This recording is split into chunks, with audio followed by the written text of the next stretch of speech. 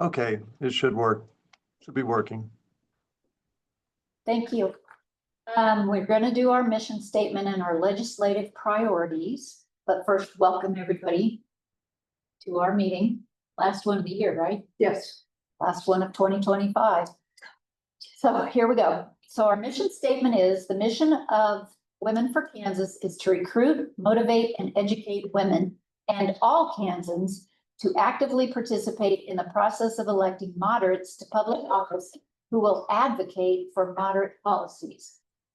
Our legislative priorities include a fair, progressive tax system that adequately funds public services, a court system free from political influence, equal rights for all, reproductive rights and bodily autonomy, separation of church and state, advocacy of healthcare as a human right, stronger laws to prevent gun violence, preservation of excellence in public schools and higher education, recognition of and support for the arts as vital to our quality of life, and protection of our environment and ecosystems against avoidable degradation.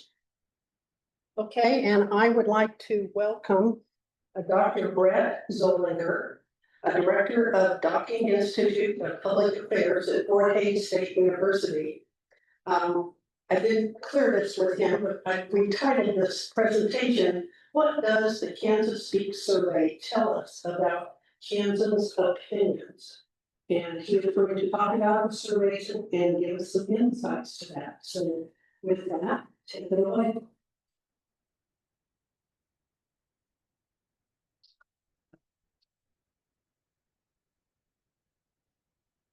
Brett, you're muted. We have you muted. There we go. It works better when it's not on mute. Oh, yeah. Thank you for your help with this. Thank you for inviting us to speak this evening. I am Brett Zollinger. As I was introduced there, I am the director of Docking Institute of Public Affairs at Fort Hays State University. And I want to introduce my colleague here on the project. One of the contributors to the annual content that we see in Kansas Speaks is Dr. Michael Smith. He is a professor at Emporia State University, professor of political science. That's me. Hi, everybody.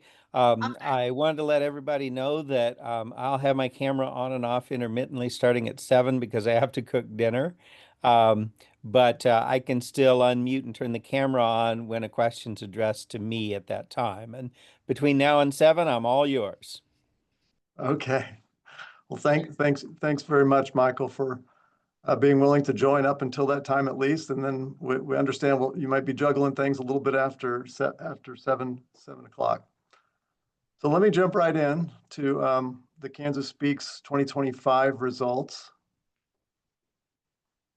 Our Kansas Speaks 2025 survey was conducted in September and October. And I'm trying to advance. There we go. And let me just check in with everyone. Are you seeing the slideshow in your view? Yes. Okay, wonderful. Okay. As I mentioned, Dr. Michael Smith is one of our contributing policy fellows every year. So is Dr. Alexandra Middlewood. And Alex mentioned to Michael and myself here recently that she had spoken to Women for Kansas at some point. I'm not sure if it was the Hutchinson chapter. There are several. Yes. And she is Dr. Alex Middlewood is a professor of political science at Wichita State University. So let me give you a little overview of the Kansas Speaks survey history and then some details about this year's survey. Kansas Speaks was first conducted in 2009, and Kansas at that time had no annual statewide public affairs poll. So the Docking Institute decided to launch one, and we sponsored the survey solely in those years, 2009 to 2021. We've had some years where the Wichita Journalism Collaborative, more recently, has helped with some co-sponsorship. And then we sponsored it again solely here in 2025. I think the Journalism Collaborative is a little more interested in co-sponsoring during election years, which we fully understand. The research team that I've already mentioned, Doctors Michael Smith, Dr. Alex Middlewood, myself, and Dr. Jen Sun, who is Assistant Director here at Docking Institute. We tend to meet each August now with an eye toward what kinds of topics are likely to be in front of our legislature, or national topics that in some ways are going to influence Kansans. And those big two questions kind of guide us from year to year in what we decide to ask on Kansas Speaks. Since 2020, we have contracted with the Qualtrics XM.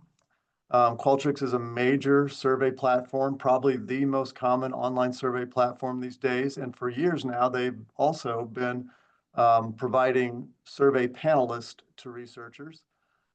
Prior to 2020, we always conducted Kansas Speaks using telephone survey, random digit dial surveying, and it just became unfeasible to do so as of about 2020. It's just so hard to get people to answer their cell phones. When they do answer, we have a great rate of completion, but very few people will answer the phone. We use quota sampling now with Qualtrics XM. And what it does essentially is it provides sample to us of people who are willing to be surveyed, have indicated they'd be willing to take surveys, and it provides them a small incentive of some sort. Sometimes it's points toward Amazon gift cards, or even small donations to a charity of choice.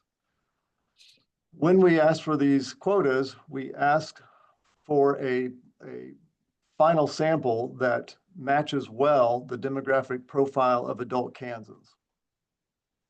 And we've had really, really good luck in matching that demographic profile over the past few years, and had really good luck in the few tests of actual referenda or elections that we get to compare the data against from the sample.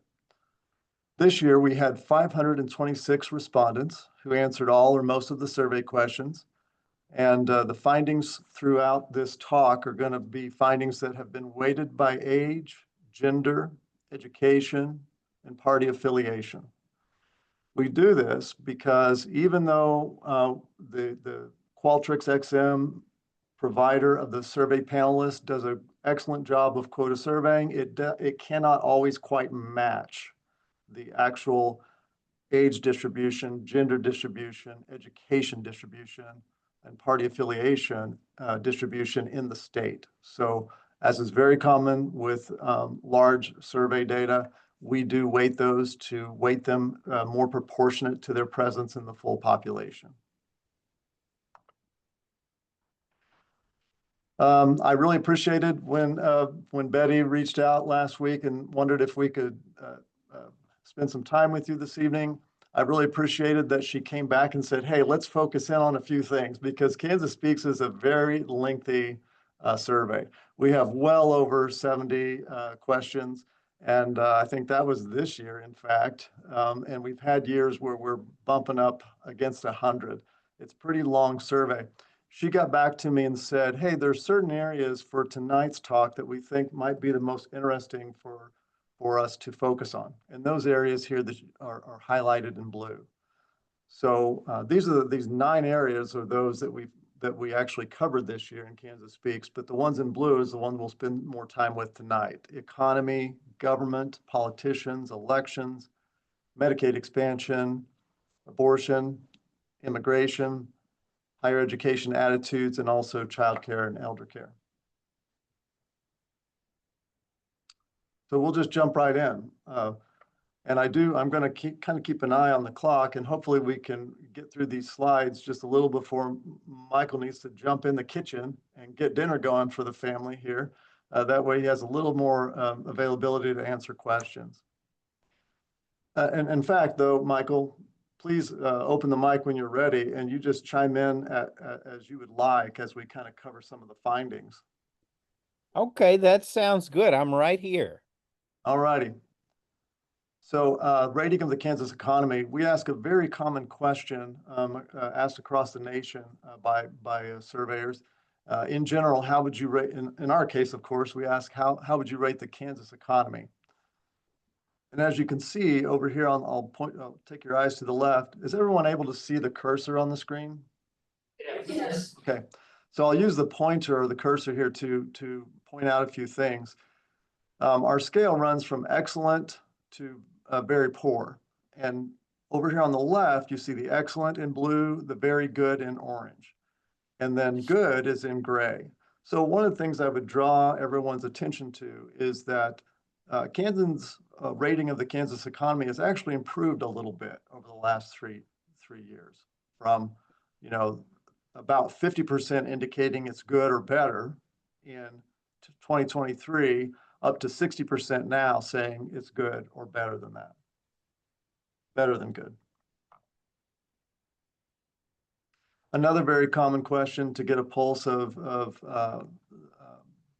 people's opinions about how things are going in terms of the economy is a question like this.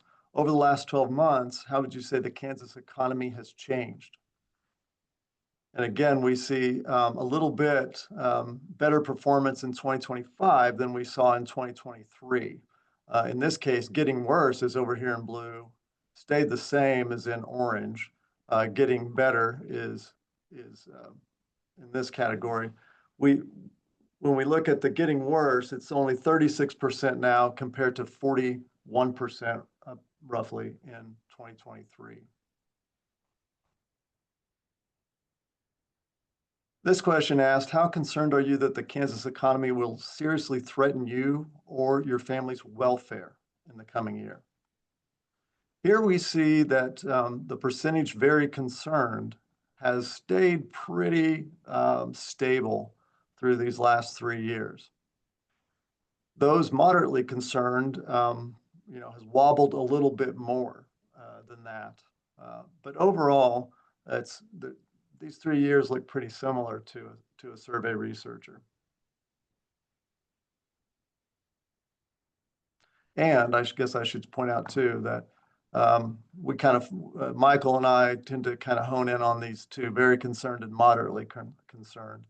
And it's still below 50% on those.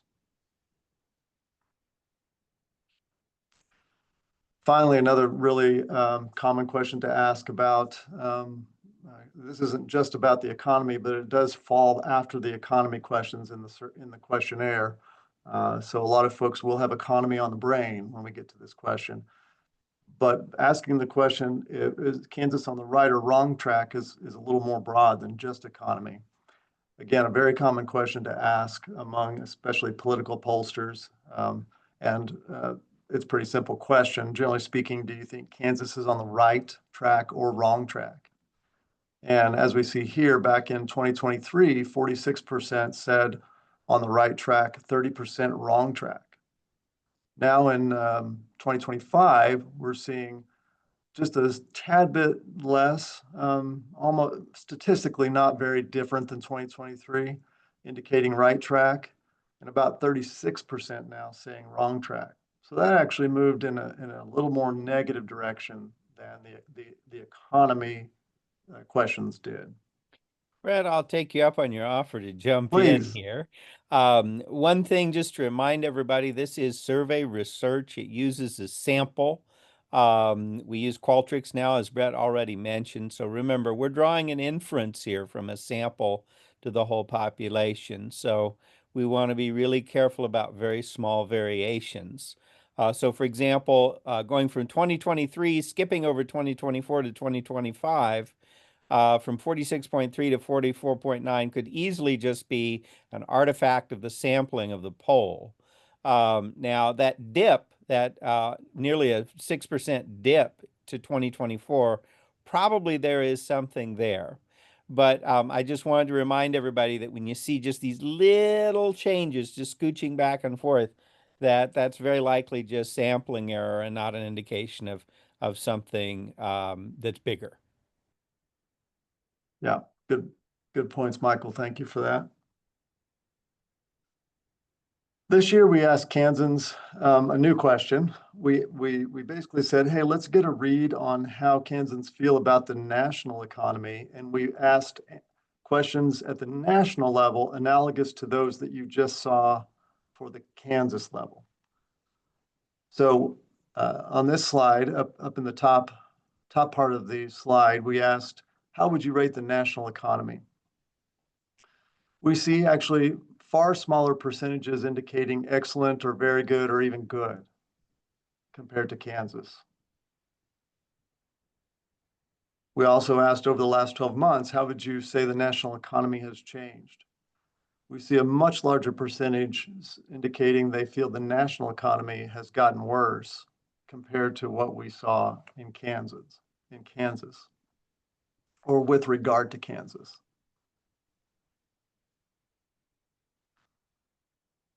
We asked again, an analog question to that which we asked at the Kansas level.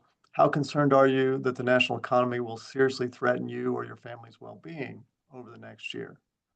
And we see greater than 50%, much greater than 50%, indicating that they are very concerned or moderately concerned. And then finally, generally speaking, do you feel the nation is on the right track or the wrong track?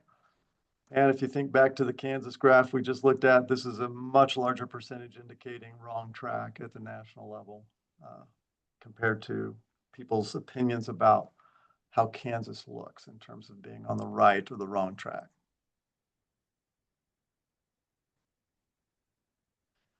We ask perennially, we ask a set of questions about satisfaction with elected and appointed officials.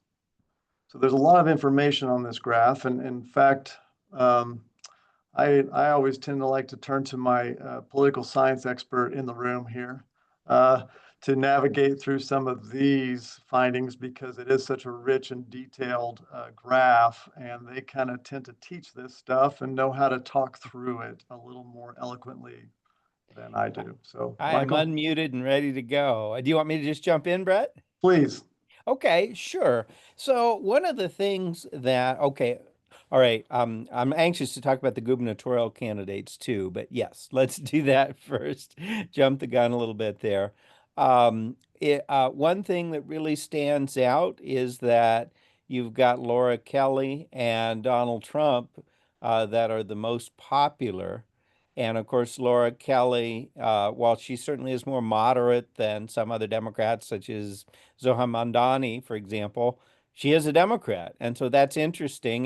It's of course not the same voters giving their strong approval to both, but still, all in all, these two very, very different elected officials are the two most popular in the state of Kansas. Brett, one of the things that really jumps out at me about this graphic you have is Jerry Moran. Jerry Moran is, the conventional wisdom is that he's extremely popular in Kansas. He's less of a lightning rod than Roger Marshall. He even has some bipartisan appeal. He has been elected and reelected many times. He was a congressman from the big first district before running for Senate. He's the senior senator. And his somewhat and very satisfied numbers together, what are we looking at here? 23 plus 11, 44, no, 34%. 34. Not that great. Um, and um, and his very satisfied is a tad lower than Roger Marshall. I'm going to guess that's because the MAGA right likes Marshall a little bit more because Marshall's more of a lightning rod. But I'm frankly shocked by the numbers for Jerry Moran. He is a Bob Dole, old school Kansas Republican. He's the kind of person that used to run this state. And my best guess on why we're seeing this is simply it's a reflection of Congress. It's not Jerry Moran personally. If you look at those two bars for Moran and Marshall, you see they're pretty similar. Whereas look at how dissimilar Laura Kelly's are and Donald Trump. Look down there at very dissatisfied. Trump has these huge, very dissatisfied numbers, and Laura Kelly's aren't nearly that big. So they're not similar. But you look at Moran and Marshall, and they pretty much track each other. So I think this is an opinion about Congress. And the upshot to me is that Congress is so unpopular that even a powerful, iconic Kansas politician like Jerry Moran can't overcome that in terms of approval. Um, and the other thing that's kind of interesting is that the ratings on that Kansas Supreme Court are not that great. The Kansas legislature isn't either, but it never is, and neither is Congress. I'm not surprised by that. But what have we got here? 26 plus 9, 35%. Somewhat are very satisfied with the Kansas Supreme Court. And Brett, we have a vote coming up in Kansas, or I should say you have a vote coming up because technically I'm a Missourian. Don't kick me off the Zoom for that. But you all have a vote coming up on switching to elected judges. And, those numbers for the Kansas Supreme Court do not make me confident that that will be defeated because it's not all that popular. But I don't know if that's because voters are specifically disappointed in the Kansas Supreme Court or if it's just more of a throw the bums out attitude that voters have because they just are very frustrated with our political system. The U.S. Supreme Court's ratings down there at the bottom, not so great either. So those are my takeaways. Good. Yeah, thank you, Michael. My Lots pleasure. lots of information on that graph, very information packed. And we asked folks in the 2025 survey whether they voted for Governor Kelly. We actually asked them, let's see, in the 2022 election, did you vote for Laura Kelly? 41% did. 32% said they did not. And then a fairly large percentage indicate that they did not vote in the 2022 gubernatorial election. A really small percentage indicated they don't know, prefer. So still, in terms of the actual portion who say that they voted for Kelly or did not, did vote but did not vote for her, we still see certainly a much larger percentage indicating they voted for her, consistent with, her winning, even though it was by a narrow margin in the election. Let's look at the 2024 presidential vote very quickly. We had, among this sample, we asked them if you voted for, excuse me, if they voted in the presidential election, who they voted for. 43% indicated, excuse me, Donald Trump, 32% Harris, 17% indicated they didn't vote in the presidential election. Another 5% almost said they did not vote for either Harris or Trump. About 2.5% indicated don't know, or they more likely just prefer not to answer. So, Michael, we'll turn now to something you were ready to talk about a few moments ago, the upcoming Kansas gubernatorial election. And, it's early. We're a long ways out from that election, but we did field questions to determine Kansans' recognition of the candidates who are were in the race, at least as the start of the survey, and I don't think any have dropped to my knowledge since. And then general impression of those candidates if they indicated that they recognize the candidate.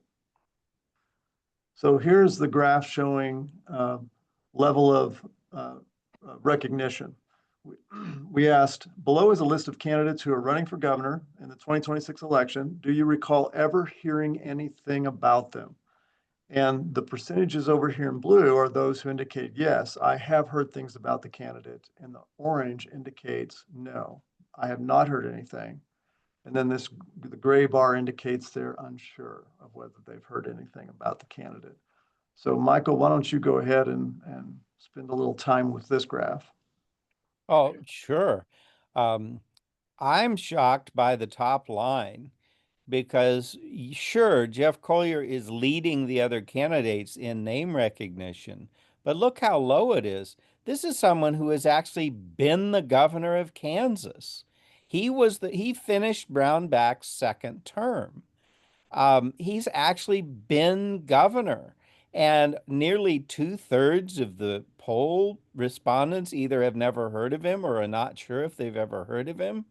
that doesn't necessarily bode well for him. And so again, yeah, his numbers are higher, but I'm just shocked that a former governor of the state would have about 2/3, just a hair below 2/3 of the people saying, "Yeah, I never heard of the guy," or "I'm not sure if I've ever heard of him." That's really something.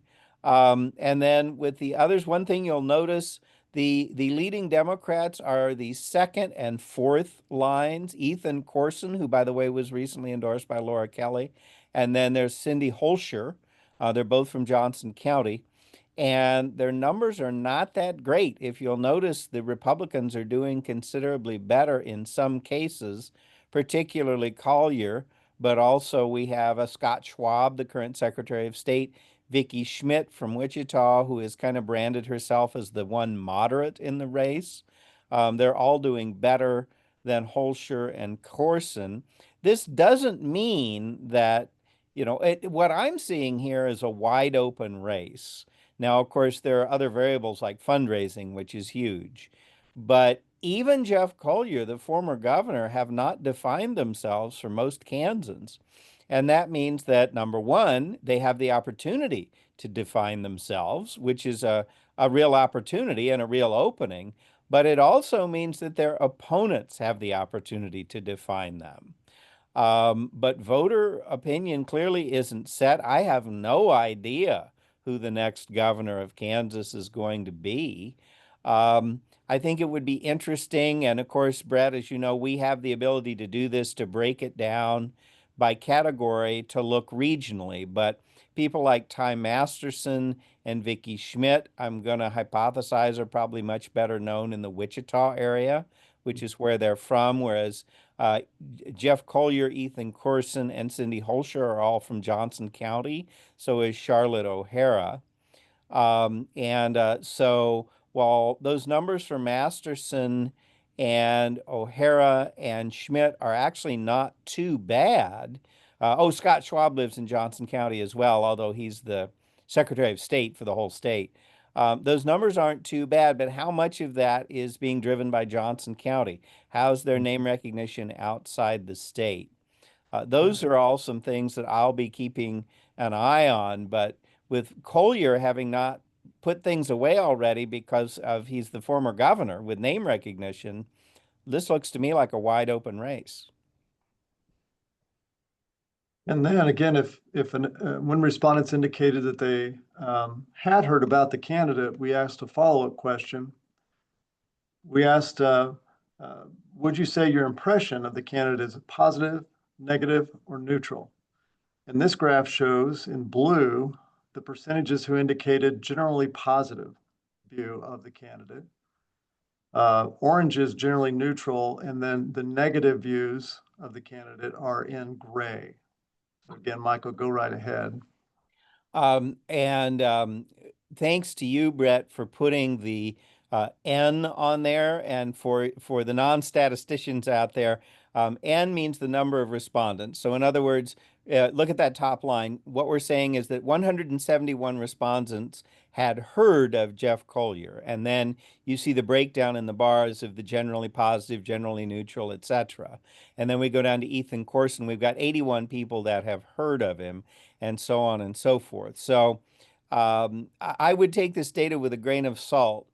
For example, Joy Eakins, an activist from Wichita on the third line, running as a conservative, her bar looks really good, right? 53.9% generally positive, but only 84 people in the poll had heard of her, so fewer than half the number that had heard of Jeff Collier.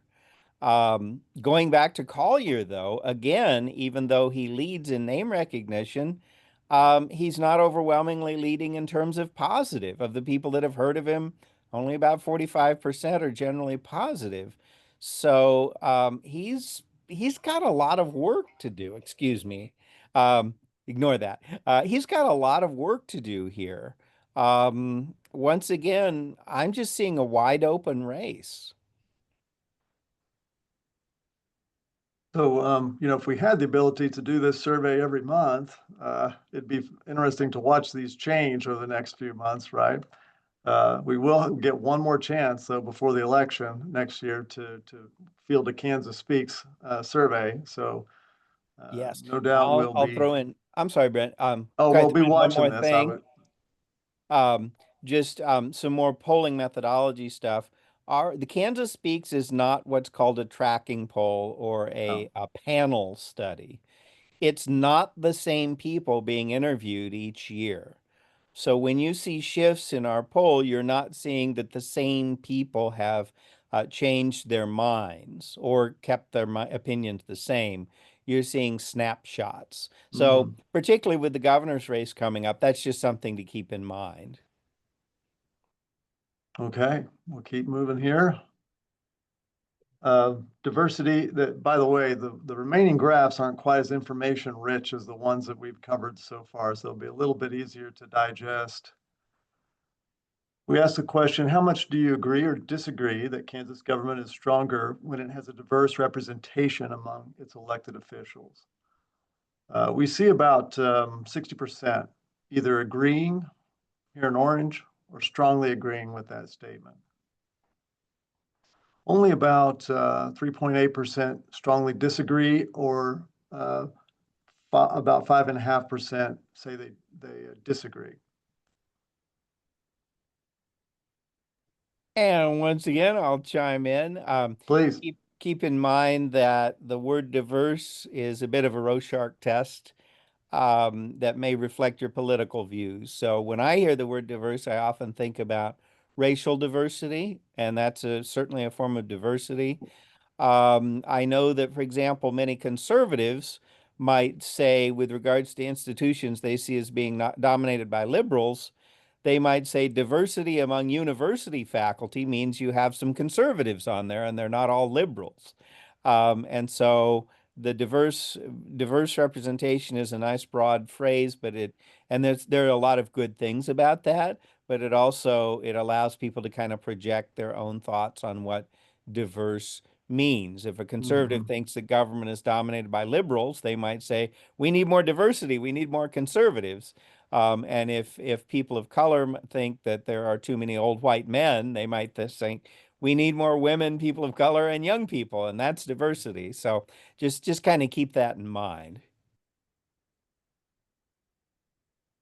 And now we'll move on to a question that we've had on Kansas Speaks for quite a few years, as it remains a topic in our legislature: Medicaid expansion.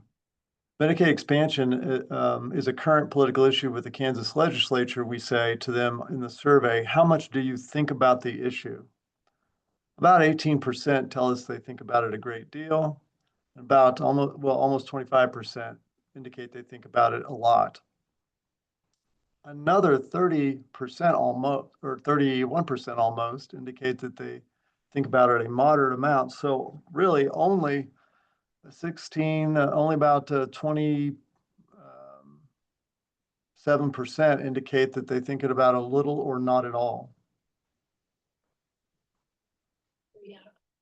And then we asked some specific questions about their attitudes toward expansion.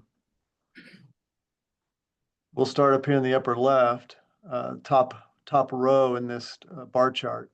Expanding Medicaid would help rural Kansas hospitals remain in business. We see a combined about 73%, 74% indicate that they strongly agree with that statement. That has been like a drumbeat for the last several years. This is no different in 2025 than it has been in about the last 4 years we've measured this. The Kansans who might obtain health insurance from expanding Medicaid deserve this benefit from the state. Again, we see low 70 percentages either agreeing or somewhat agreeing, strongly agreeing or somewhat agreeing with that statement. And then finally, I support expanding Medicaid in Kansas, a pretty direct question there. And we see about 70%, right at 70% in 2025, saying that they strongly agree or somewhat agree with that statement. This is consistent, like I said, with previous years' surveys when we've asked these questions. It's also consistent with the handful of other surveyors who have come into Kansas and tried to measure this.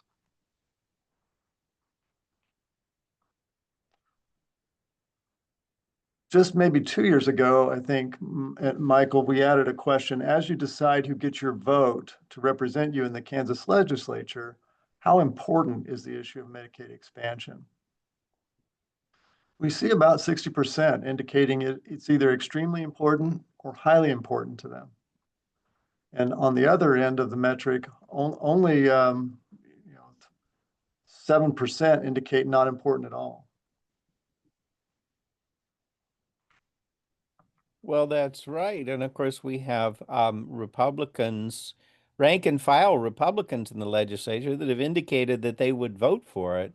However, the Republican leadership is very strongly opposed. Another interesting thing on Medicaid, and I'm about to go camera off, but I will still be here, is that actually three neighboring states that are all red states, Oklahoma, Missouri, and Nebraska, all passed Medicaid expansion. Colorado did too, but of course it's blue. And they all did it through the ballot initiative, which Kansas does not have.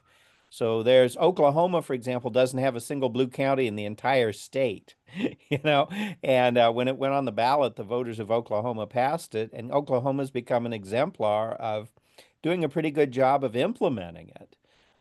So you have to wonder if the results wouldn't be similar in Kansas if Kansas had the ballot initiative. Okay, we'll keep moving on to some of the other, switching to some other issues. Abortion attitudes. Beginning here at the top again, with this top bar, we asked, we posed the question: the Kansas government should not place any regulations on the circumstances under which women can get abortions. We have about 60% either strongly agreeing or agreeing with that statement. On the other end of the metric, we have about 25% disagreeing or strongly disagreeing. The second question here: when it comes to abortion, women are in a better position than politicians to make their own choices about whether to get an abortion. There, the percentage who agree or strongly agree exceeds 70%. And at the other end of the answer metric here, we only have about 13% indicating that they either disagree or strongly disagree with that statement. The third question: if the Kansas government were to ban all or most abortions, it should also make it illegal for Kansas women to travel outside of the state to get abortions in other states where abortion is still legal. And here we have a plurality. The largest single percentage indicate they strongly disagree with that statement, at 40% here. And then another 10% on top of that disagree with the statement.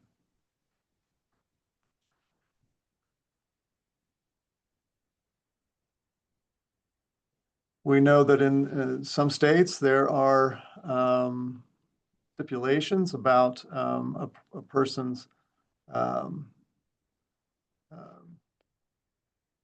expectation that they report abortions if they know of one. We posed this question about 2 years ago, I think it was: if the Kansas government were to ban all or most abortions, how willing would you personally be to contact authorities to report a woman who had an illegal abortion or to report her medical providers? You can see that the gray bar just jumps off the chart right here, and we have almost 2/3 indicating they would not be willing at all to report on such a situation.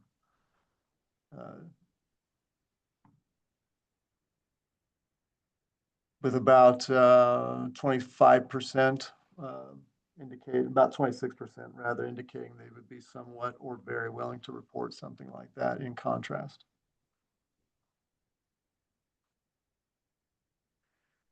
Again, about 2 years ago, we added this question: if the Kansas government were to ban all or most abortions, who should pay most of the cost of prosecuting women who get illegal abortions? And excuse me, I'm scrolling too quickly here. We see that about 36%, the single largest percentage, indicate this, that should be something that the state government would be liable to pay. Only about 15% indicate local government. We do have large percentages who indicate none of the above, 31%, or 18% indicated they don't know.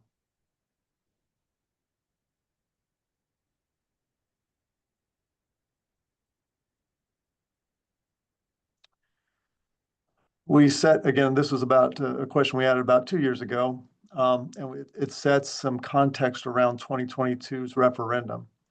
In 2022, Kansas voters voted to continue making abortion legal in Kansas under most circumstances. However, the Kansas legislature continues to pass new restrictions on the procedure. In general, how do you feel about new laws that restrict access to abortion? Again, we see the single largest percentage here, this is the case 34%, strongly opposed in terms of their general feelings about whether new laws should restrict access to abortion. And then about 12% somewhat oppose. These together, these combined, are around 46%, as opposed to the 34%, around 35%-ish who somewhat or strongly support such new laws. How much do you, looking here at the bottom question, how much do you think about the Kansas legislature continuing to pass laws restricting abortion access? Would you say you think about it a great deal, a lot, a moderate amount, a little, or not at all? And we do see about 35% of Kansans indicating that they think about it a lot or a great deal. Another 30% indicate they think about it a moderate amount, and only 14% say they don't think about it at all. Immigration. I told you we were almost done with the complex graphs. This is the last one. I'm 99% certain here, at least for what we brought into this talk tonight. We wanted to be sure that we pose a set of questions under a very clear context of legal immigration. That is, somebody's here on whatever legal status it might be in the United States, even though they are not, of course, they're not a citizen necessarily, but they are in the US legally.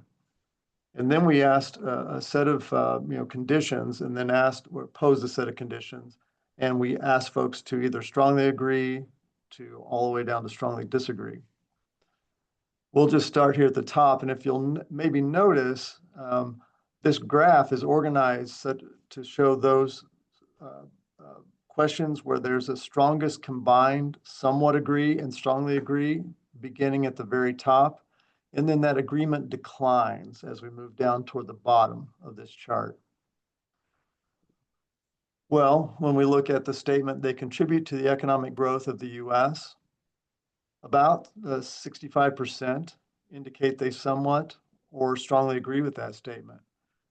They contribute to the economic vitality of Kansas. Again, similar percentage, almost 65% indicate that they are somewhat or strongly in agreement with that statement. They contribute to the economic vitality of my community. Again, it's hovering right around that 64-65% mark, like the other two questions. They contribute to government revenue by paying taxes, still over 60% agreement. They enrich American culture and values. We are starting to fall here a little below 60%. We're at about 55% agreement with that item. They take jobs that Americans don't want, about 55% agree. There are too many immigrants coming into the country. Here we see about 43% agreeing with that statement. On the other end of the metric, we do have about 30% that either disagree or strongly disagree with that statement. Accepting more high-skilled immigrants into the US, do they agree with that or not? And we see that approaching 50% agree with that. They take social services away from American citizens. A little bit under 40% agree with that. And I would point out, though, on the opposite end, we do see about 41% indicating that they agree or strongly disagree with that statement. Finally, they take jobs away from American citizens, and we see there about 30% indicating that they agree with that. But we see on the opposite end of that, much more disagreement. In fact, the strongly disagree actually slightly exceeds the combined agree and strongly agree on that one. And we're approaching about 50% or just slightly under who either somewhat or strongly disagree with that statement. And finally, accepting more low-skilled immigrants into the U.S. And we have about 27% indicating that they would somewhat agree or strongly agree that that's something that they would accept. And actually, similar percentages, folks are a little more ambivalent about this one, somewhat disagree or strongly disagree with that. Now we're going to look at the context of illegal immigration. So we asked a set of questions under the context that we now are definitely talking about folks who are not here under some legal status. So we pose the question now, we have some statements about immigrants who are in the US illegally, that is, they have no legal status to be in the country. We'll start here at the top again. They are a danger to public safety. We have about 43% indicating that they agree with that statement. They should be arrested and put in detention camps while awaiting deportation hearings. We have just under 40% strongly agreeing with that one. But we have a larger percentage who are either strongly disagreeing or disagreeing with that statement. And then we have, they should be left alone by authorities if they don't break other laws. About 44% agree with that statement. And they contribute more to society than they take in terms of resources.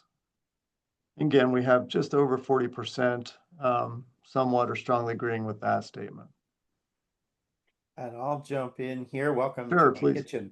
I was really shocked by these numbers because I'm sure that you all have noticed a pattern by now, which is that Kansans, and we see this in many other red states. I study Missouri a lot, and we definitely see this in Missouri with the ballot initiative. Kansans on a lot of issues seem to vote like Democrats. What 70% support Medicaid expansion? We also found a supermajority supporting legalization of recreational marijuana. And I kept looking through those numbers thinking, so why then, did our poll track with Kansas's elections, with the weighted data and show that more people voted for Trump than Harris? And I thought, it's going to be immigration. That's Trump's signature issue. We've seen that with voters that they agree with Democrats on a lot of other issues like Medicaid, but they agree with Trump on immigration. And then you look at these numbers you see on your screen right here, and no, not really. What we see is that opinion is pretty divided, and the medians are kind of in the neutrals. And so I think we have to kind of change our thinking a little bit. First of all, that maybe Donald Trump is popular with his base just because he's popular with his base. Maybe even his signature issue of immigration doesn't explain that. And the other issue, which is not in our poll, but you've probably been hearing about it in many national polls, is just how abysmally unpopular the Democratic Party is today. And so maybe many Trump voters aren't MAGA voters. They just don't like the Democrats. But I just found this shocking because I thought that, how can Kansas even vote for Trump given these numbers we're seeing on abortion rights, on Medicaid expansion and other issues? I thought it would be illegal immigration, but no. So it really kind of challenged my thinking a little bit. Thank you, Michael. And we don't want you to burn anything now, so don't feel like you have to jump right in as you're serving as chef for the household this evening. Attitudes about higher education. We asked 2 questions related to this. We have had years, I guess I'll take this moment to just really briefly mention, there are some sections of this that we expand on in other years. We've had a year in the past 5 where we asked very detailed questions about higher ed, but also some K-12 ed and technical ed. This past year, though, we asked these 2 questions. We asked folks to, again, on this very common metric, strongly agree to strongly disagree. We'll start here on this top bar. Education beyond high school offers a good return on investment for students. Here we see, well over 60% indicating that they either somewhat or strongly agree with that statement. And then on the other end, the yellow and the light blue bars indicate somewhat and strongly disagree. You can see they're much smaller proportions of the bar than are the agree portions. And then the second statement is education beyond high school offers a good return on investment for the general population of Kansas. More of try to get a feel of a sense for the extent to which they feel it's a public good, or at least important to have that educated citizenry.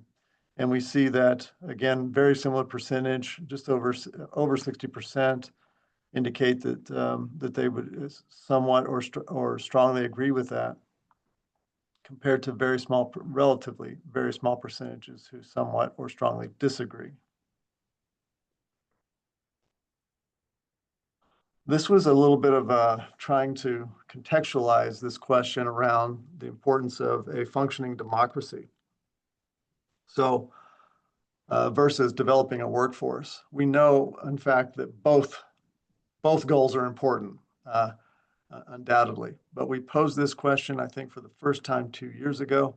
Some people say the main goal of higher education is an educated citizenry for democratic functioning, and others say it is to develop a workforce.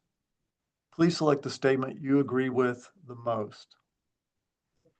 And we see very similar percentages in this dark blue and also in this orange bar. We see 27% indicating creating an educated citizenry is much more important. And then we see about 29% indicating creating an educated citizenry is slightly more important. So we clearly have, combined, we have a majority indicating that having an educated citizenry a little bit outweighs, at least, developing higher education as a means to develop workforce. And yet again, we see, a fairly substantial percentages agreeing with developing a workforce is slightly more important. Developing a workforce is much more important. We do see about 10% who maybe just didn't want to, well, for whatever reason, they indicated don't know. And again, we don't mean to suggest either is more important than the other. We know they're both important. And we wanted to see where Kansans tend to fall, though, if we set the question up in this manner. Michael, I know you have some comments about this one. I think you might have brought this question to us. Well, I do. I teach in the arts and sciences area, Brett, as do you, and I find these numbers very gratifying. And it's interesting because the state's priorities clearly are on the developing a workforce side. I teach at Emporia State, where you may have heard we've had major restructuring since 2022, big layoffs in the arts and sciences area, and a major restructuring on that workforce piece. There's still a lot of good things about Emporia State. I'm still grateful to work there, but these cuts have been very painful. And it's really interesting to think that this idea that the primary purpose of higher education is workforce development is not actually in line with the preferences of the people of Kansas. So editorializing a bit here, I hope that we can get that message out to the policymakers. Okay, and then we'll move on to childcare and then elder care, and we'll be finished covering the results. This question asks, regardless of whether or not you have young children, how important do you believe that high quality, affordable infant and toddler childcare is for families? This one is one of the more overwhelmingly lopsided questions that we had in the 2025 Kansas Speak survey, where we see over 90% indicating that this is highly or extremely important. Then we have, a set of questions asked again on that strongly agree to disagree metric. And these are organized by strongly agree and somewhat agree combined response from the highest down toward the lowest as we move from the top of the graph down to the bottom of the graph. So I won't go in a lot of detail on each one, except maybe just quickly point out a few things. Access to affordable childcare, somewhat strongly agree, is extremely high on this one in terms of how it strengthens the economy. State government should pass laws to expand access to affordable childcare. Again, very high agreement. Federal government should pass laws to expand access. Very high agreement still. Local government should pass laws to expand access to affordable childcare. Very high agreement still. Affordable and accessible childcare is an obstacle to women's economic participation. 70%, still very high, in somewhat or strongly agree with that statement. Affordable and accessible childcare is an obstacle to women's progress. Pretty similar to the previous question in terms of the strongly and somewhat agree combined percentages. Mothers should stay home to provide infant and toddler childcare.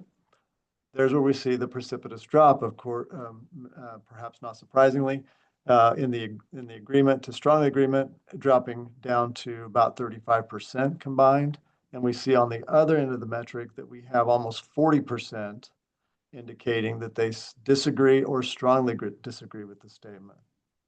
And then finally, grandparents should stay at home to provide infant and toddler childcare. Again, very relatively low agreement, relatively high disagreement with that statement. Elder care. We'll start here at the top. Supporting the mental health needs of aging Kansans is important. We have over 85% indicating somewhat or strongly agree on that one. Kansans who require long-term care services should be able to get the care needed in their own community. Again, well over 80% indicating somewhat or strong agreement with that. State policymakers have an important role in ensuring that elderly Kansans are taken care of. Again, well over 80% agreeing. Kansas should invest more in developing workers for long-term care services. Still high agreement. It does drop below 80%, down around 75% agreement with that one. And then larger investments are needed in services and care for elderly Kansans. Back to that roughly 75 mark of agreement, percent agreement. We did have some questions about long-term care as well. Do you know someone currently requiring long-term care and support? About 44% indicated they do. Then we asked, do you have any close family members currently requiring long-term care and support? And about 33, or about a third of respondents said yes to that question. If they did say yes to that, we had a follow-up question. Do you help provide care for them? And about 2/3 indicate that they do provide, help to provide some care for that individual needing long-term care in their family or, close family member.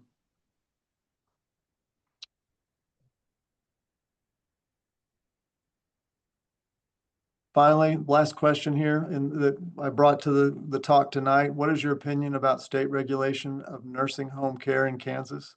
Would you say that regulations are? And then we had these response options: far too much, a little bit too much, about right, a little bit too little, much too little.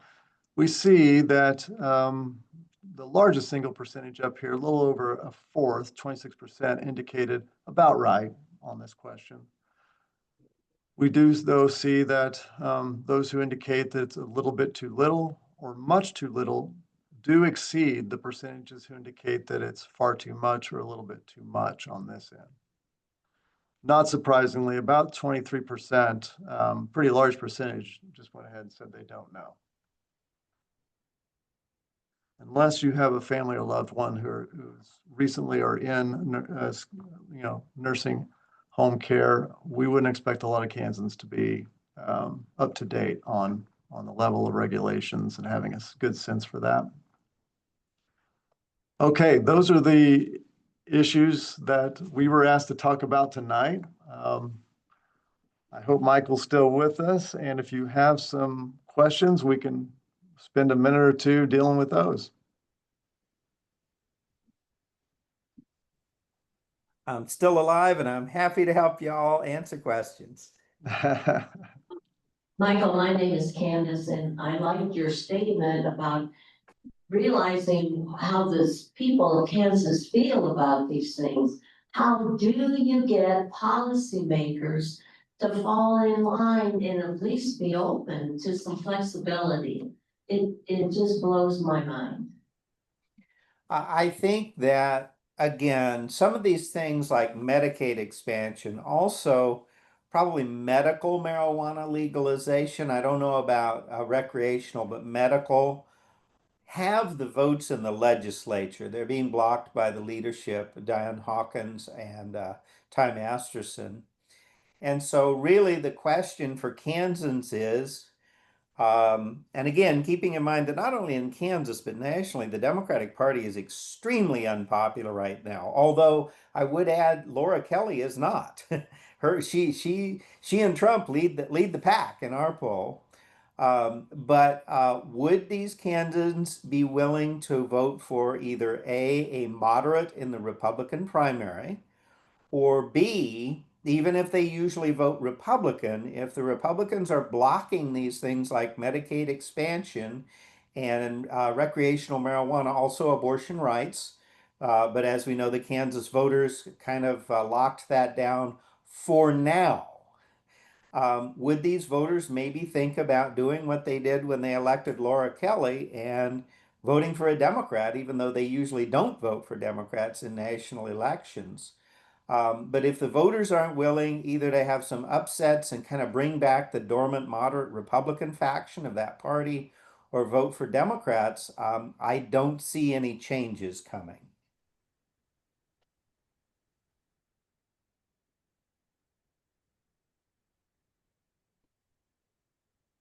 What else? Were there any further questions this evening? Betty has one, so let me get over to her.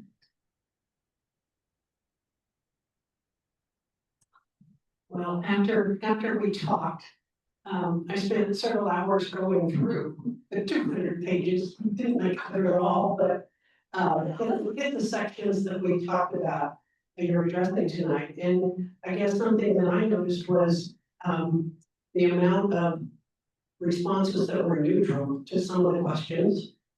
And then the don't knows or didn't vote. That really got me, that 25% basically didn't vote in a couple of the elections. So do those numbers feed into any of your overall conclusions about where our public opinion is? Michael, I don't know if you've heard all of the question. Do you know off the top of your head, though, the percentage of Kansas adults who are registered voters? No, I don't. No, I Yeah, don't. I That'd be a think good I've thing looked to at have. it. Yeah, I've looked at it in counties and in a lot of, at least the more rural counties, it's not uncommon for there to be greater than 80% voter registration. But when we talk about turning out in even a presidential year, I don't think I've ever seen turnout higher than like 75%. But Michael would know more about that, about the actual registered voter turnout on presidential election night? So the thing about Trump is there's a lot, in my personal opinion, about Trump that's negative. One thing about Trump is he has been good for voter turnout. Voters have come out to vote for him and they've come out to vote against him, although that dipped a bit from 2020 to 2024. But it's just kind of a reality, and it's very frustrating, but voters will vote against sooner than they will vote for. So even Trump's own campaigns often rely on demonizing progressives. And so he's not just turning out his supporters, he's turning out people that are angry or afraid or contemptuous of progressives or what they perceive progressives to be. And then, of course, there's a huge faction of people that vote against Trump, including the rather unfortunate tendency for many Democrats to vote exclusively on that. And I'm going to have to pause here for a minute. Brent, you take it from there. Sure. Yeah, I'm not sure how I'm not sure how well we answered your question there, Betty. It's not, I guess. Well, I realize Yes, maybe. there's some stats that you can gain from your survey, but just, I guess I'm surprised at how many people may be disengaged. Is what I'm trying to say. Oh, disengaged. By not really having an opinion one way or the other on these Yeah. issues. Yeah, I do think though, we have to remember that on a lot of, we ask a lot of pretty drilled down, detailed questions, and a lot of issues, there's people who are passionate about certain issues, right? And not necessarily passionate about the other issues. And so that percentage who indicate don't know can certainly shift around within that survey from issue to issue. And I find the survey very fascinating. I've heard reference to it through the years on different topics. And I feel like now I know much more about what you're trying to accomplish and your results. I think are very interesting. So I do thank you for joining us tonight. And I regret that we didn't have a larger crowd, but like I said earlier, I didn't realize how many things were going on in this community tonight. So well, thank you for asking us in. We've been doing this since 2009 because we think it's a important service to the citizens of Kansas. And so we do a lot. The rest of our work is all client-based. We do a little bit of grant-supported work, usually evaluation of other people's grants. But this is the one thing we think we really need to do this for Kansans because there was no statewide anything like an omnibus poll or omnibus survey.